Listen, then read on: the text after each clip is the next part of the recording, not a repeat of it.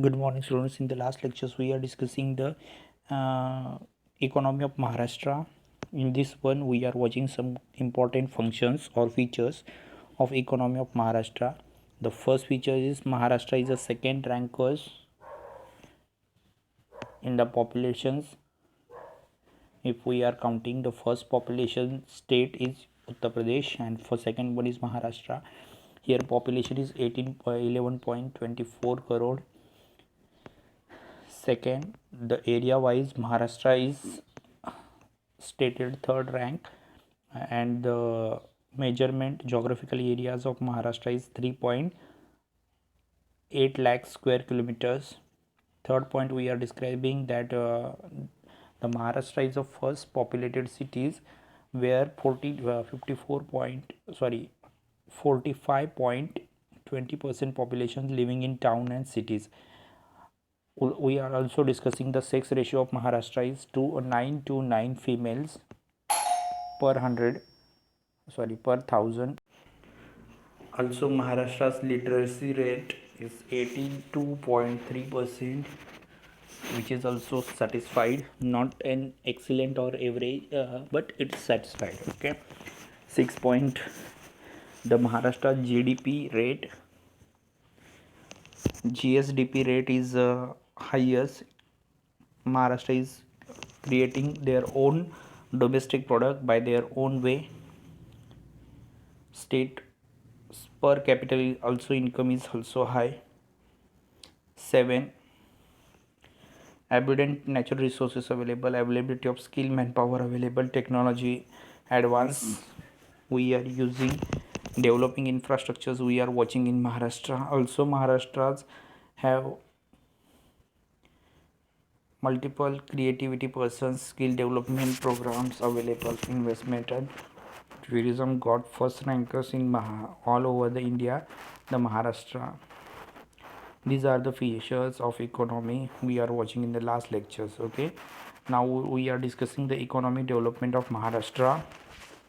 Why the Maharashtra is getting first rankers in economy? Now we are discussing first point, agriculture sectors. Agricultures and allied activities play important role in economic development of the state. अगर महाराष्ट्र की तरफ देखोगे तो agricultures और उससे related जो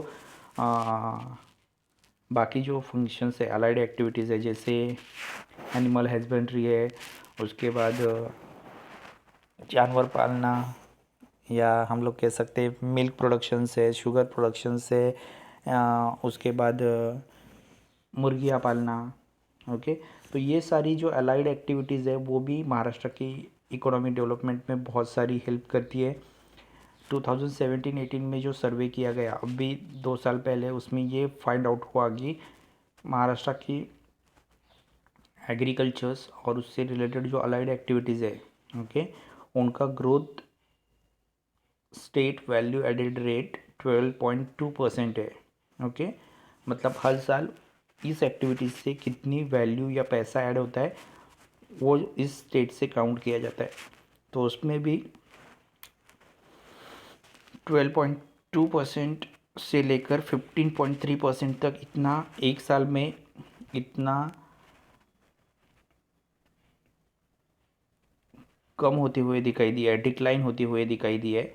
लेकिन agriculture activities या एग्रीकल्चर्स बहुत कम होता है और उससे रिलेटेड एग्रीकल्चर एक्टिविटीज़ बढ़ती रहती है. ये भी यहाँ पे डिस्क्राइब हुआ है. महाराष्ट्र के एग्रीकल्चर सेक्टर से प्रॉब्लम क्या है ये भी देख लो. अभी ये सिर्फ महाराष्ट्र की नहीं है, तो ये ऑल ओवर इंडिया के भी प्रॉब्लम्स है, ऐसा हम कह सकते हैं. ओके, तो महाराष्ट्र के एग्रीकल्चर रिलेटेड प्रॉब्लम्स पहले देखो. पहला प्रॉब्लम्स है decrease the average size of land holding leads to be low farm productivity. Land holding का मतलब है दिन ब दिन ज़मीन कम होती जा रही है, लैंड कम होती जा रही है. जैसे अगर एक घर में 2 या 3 सन है या बेटे हैं, तो उन दोनों को 10 एकड़ ज़मीन डिवाइड करके दी जाती है, दैट इज़ लैंड होल्डिंग. तो ये लैंड होल्डिंग के कारण क्या होता है, एग्रीकल्चर प्रोडक्शंस कम होता है. अगर वो दोनों भाई मिलकर 10 एकड़ संभाल रहे हैं, 10 एकड़ पे खेती कर रहे हैं, तो उनसे होने वाला प्रोडक्शंस और 5-5 एकड़ में होने वाली खेती में होने वाला प्रोडक्शंस, इनमें बहुत बड़ा डिफरेंस होता है. ओके, तो फार्म्स की प्रोडक्टिविटी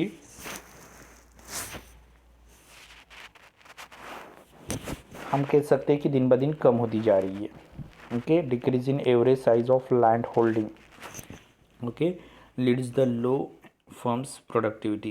पहला तो है लैंड होल्डिंग की वजह से, यानी ज़मीन के टुकड़े करने की वजह से, ज़मीन टुकड़ों में बांटने की वजह से फार्म्स की प्रोडक्टिविटी कम हो गई है. सेकेंड है increase in the farmers in of small and marginal farmers. बहुत सारे फार्मर्स स्मॉल और मार्जिनल फार्मर्स में कन्वर्ट हो चुके हैं. यहाँ पे आप देखते हो गुंठा में ज़मीन बेची जाती है. गुंठा ये सबसे छोटा मेजरमेंट है. ओके, गाँव में जाओगे तो वहाँ पे एकड़ में लैंड होती है. लेकिन प्रॉब्लम ये होता है कि जैसे जैसे आपकी होम पॉपुलेशन, घर की पॉपुलेशन बढ़ती जाएगी, वैसे उसमें डिवाइडर्स या लैंड को स्मॉल हिस्सों में बांटने वाले लोग आने लगते हैं. तो ये जो स्मॉल हिस्सों में बांटने वाले लोग हैं, फार्मर्स है, ये बहुत प्रॉब्लम करते हैं. और उसी के साथ मार्जिनल फार्मर्स भी बहुत प्रॉब्लम करते हैं. मार्जिनल यानी जिनके पास बहुत ही कम लैंड अवेलेबल है, इनकी पॉपुलेशन अभी दिन ब दिन बढ़ती जा रही है. तीसरा है हमारे यहाँ पे एक्सेसिव यूज़ केमिकल फर्टिलाइज़र्स का ज़्यादा इस्तेमाल होता है. हमारे कंट्री में फॉरेन कंट्रीज़ की चीज़ें इस्तेमाल करने की जो गंदी आदत है, उसकी वजह से यहाँ पे केमिकल फर्टिलाइज़र्स ज़्यादा इस्तेमाल किए जाते हैं. देखा जाए तो यहाँ के जो गोबर है या बाकी जो चीज़ें हैं जिसको हम हेल्दी फर्टिलाइज़र्स कह सकते हैं, उनका फर्टिलाइज़र्स का इस्तेमाल बहुत कम है. केमिकल फर्टिलाइज़र बहुत ज़्यादा इस्तेमाल करती, ये प्रॉब्लम्स है. उसके साथ पेस्टिसाइड ज़्यादा इस्तेमाल किया जाता है. पेस्टिसाइड्स यानी बैक्टीरिया मारने की दवा, ओके, जिसको हम कीटकनाशक बोलते हैं या बैक्टीरिया मारने की दवा बोलते हैं, ये इस्तेमाल ज़्यादा किया जाता है. और नेक्स्ट प्रॉब्लम जो है that is soil digression. Soil digression यानी हमारे यहाँ पे ज़मीन के ऊपर जो मिट्टी है, यानी अर्थ के ऊपर जो सॉइल होती है, वो सॉइल बहुत ही कम हो चुकी है. बहुत लोग उसका बहुत अलग अलग चीज़ों के लिए इस्तेमाल करते हैं, जैसे बिल्डिंग बनाने के लिए, बीट बनाने के लिए वगैरह. तो उसकी वजह से क्या हो रहा है कि उसके ऊपर लैंड ही नहीं है.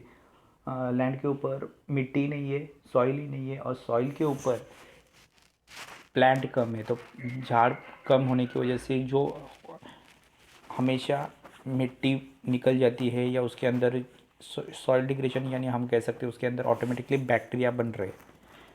आपको मालूम है पानी जहाँ पे ज़मीन नहीं, मिट्टी में अगर अर्थ में पानी कम है तो उसमें ऑटोमेटिकली बैक्टीरिया बनने लगते हैं और वो निकम्मी होने लगती है, बिन काम वाली होने लगती है.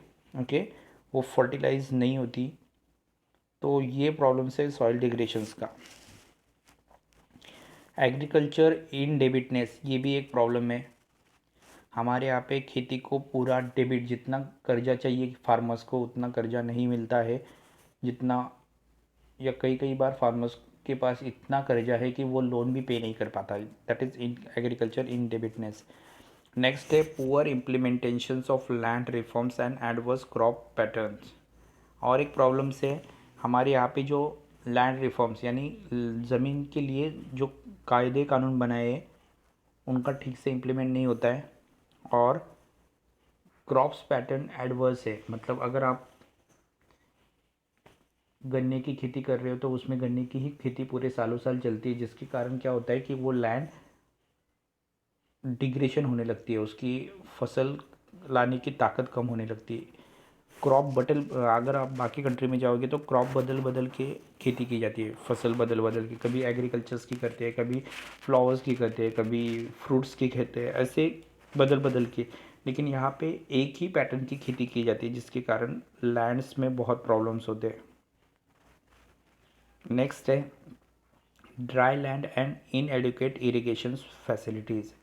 अगर आप सातारा, सोलापुर या यहाँ पे अगर सूखा पड़ेगा तो उस जगह पर अगर देखोगे तो लैंड के ऊपर एक ऐसे गैप आने लगता है लैंड के बीच में. ये इसलिए होता है कि लैंड में पानी नहीं है, ड्राई लैंड बहुत है.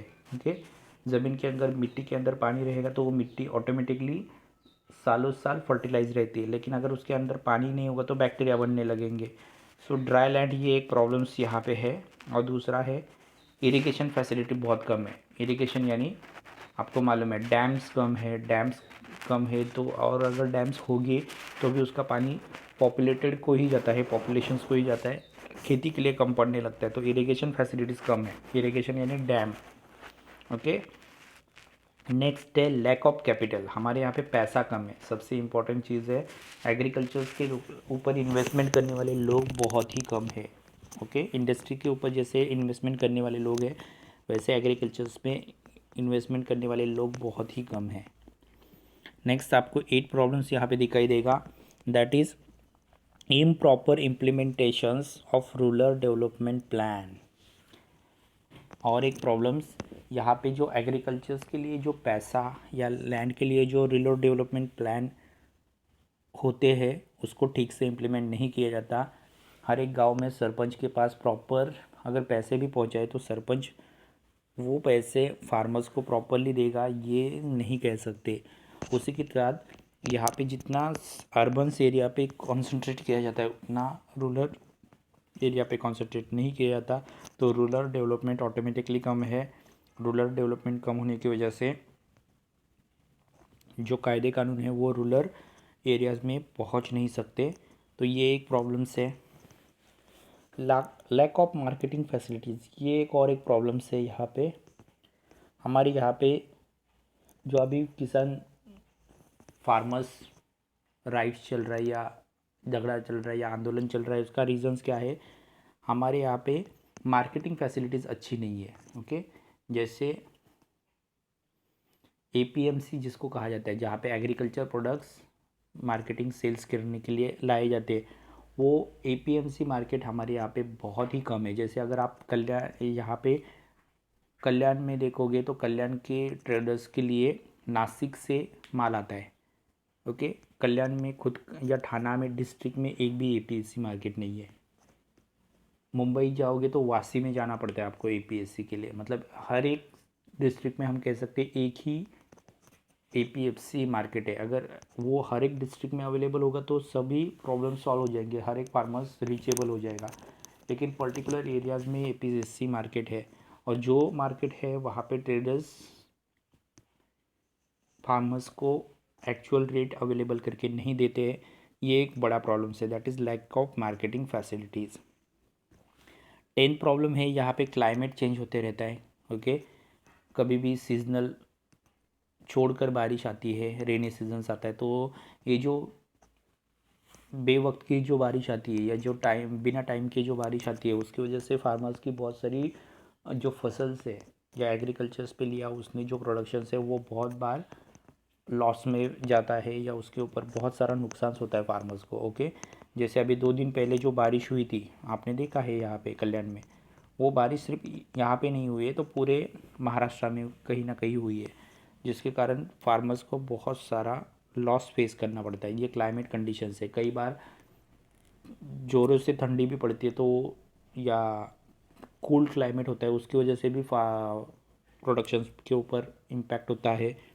जैसे ग्रेप्स की खेती उसमें बहुत सारा नुकसान होता है, ऑरेंजेस की खेती में नुकसान होने लगता है, या जो जो चीज़ें हैं फलों की खेती उनके ऊपर भी बहुत सारा क्लाइमेट कंडीशंस का प्रॉब्लम्स हो सकता है। ओके,